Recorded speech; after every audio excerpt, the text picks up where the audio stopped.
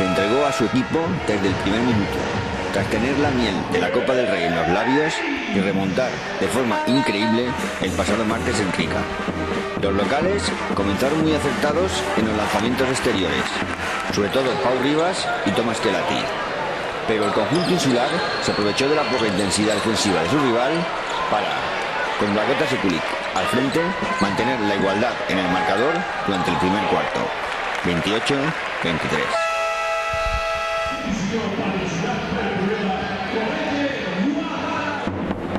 En el segundo periodo, el partido se rompió y quedó prácticamente decidido. Los de Velimir Perasovic endosaron un parcial de 11-0 a los canarios en los primeros minutos, gracias a una gran defensa y los puntos de Bojan Djurdjic y Rafa Martínez. Y se pusieron 16 arriba, 39-23. Jaime Eras y Lambropoulos evitaron que la diferencia se agrandase y lograron que se mantuviera en torno a los 15 puntos. Pero un triple de Justin Dolman sobre la bocina puso la ventaja valenciana en más 18. 60-42 al descanso. Tras la reanudación, los triples de Kelati aumentaron la diferencia hasta los 23 puntos, 70-47, que se mantendría en torno a esta cifra hasta el final del partido. El Canarias, pese a la aportación ofensiva de Sekulic y de Levi Rost, se veía incapaz de acercarse en el luminoso. Y los de la capital del Turia tampoco querían hacer leña del árbol caído. Así se llegó al último cuarto con un resultado de 82-60. El periodo final no tuvo historia, ya que el partido estaba sentenciado desde hacía muchos minutos.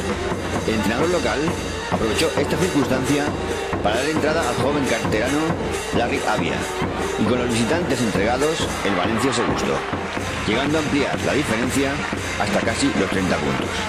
Los 11 tantos de Carles Vivia en este parcial, 9 de ellos desde la línea de 6.75, solo sirvieron para maquillar el resultado, que finalmente fue de 105-85.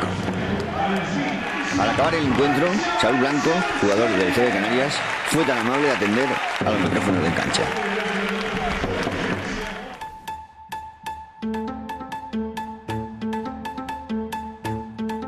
¿Qué sensaciones sacamos a esta derrota? Bueno, pues ellos han estado a un nivel increíble, ¿no? Como venían demostrando en la Copa, han tenido unos porcentajes de acierto espectaculares, han jugado muy rápido y nosotros, pues bueno, no hemos sabido pararles, han cogido una ventaja fácil de 15-20 puntos y ahí se acabó el partido. Saúl, los próximos partidos del Canarias son ante el Obradoiro, Barça, Madrid y el derbi canario ante el Real Gran Canaria.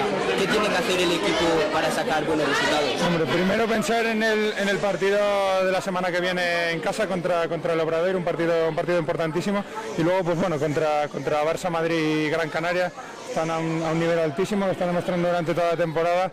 Bueno, intentaremos hacer un partido perfecto para por lo menos poder llegar a los minutos finales con acciones.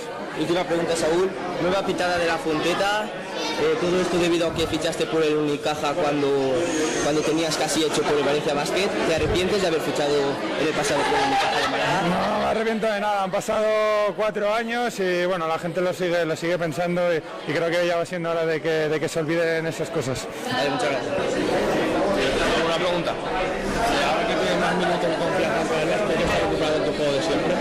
Hombre, me encuentro mucho más cómodo, creo que se me ve en la cara, se me ve en la pista, estoy contento, estoy feliz y poco a poco, la verdad que lo estoy pasando muy bien en Canarias. ¿Crees que a final de temporada vais a conseguir el objetivo de la permanencia?